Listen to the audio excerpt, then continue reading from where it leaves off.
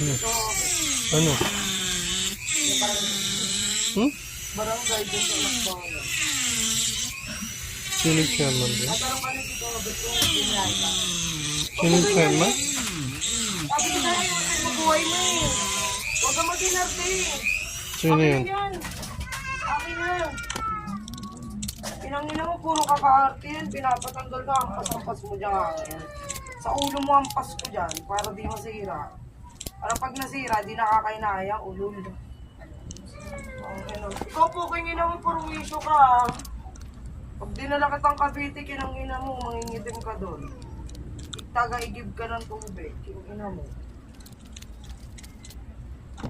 Kinangina mo ka, makulit kang hayop ka. Puro yun na ako.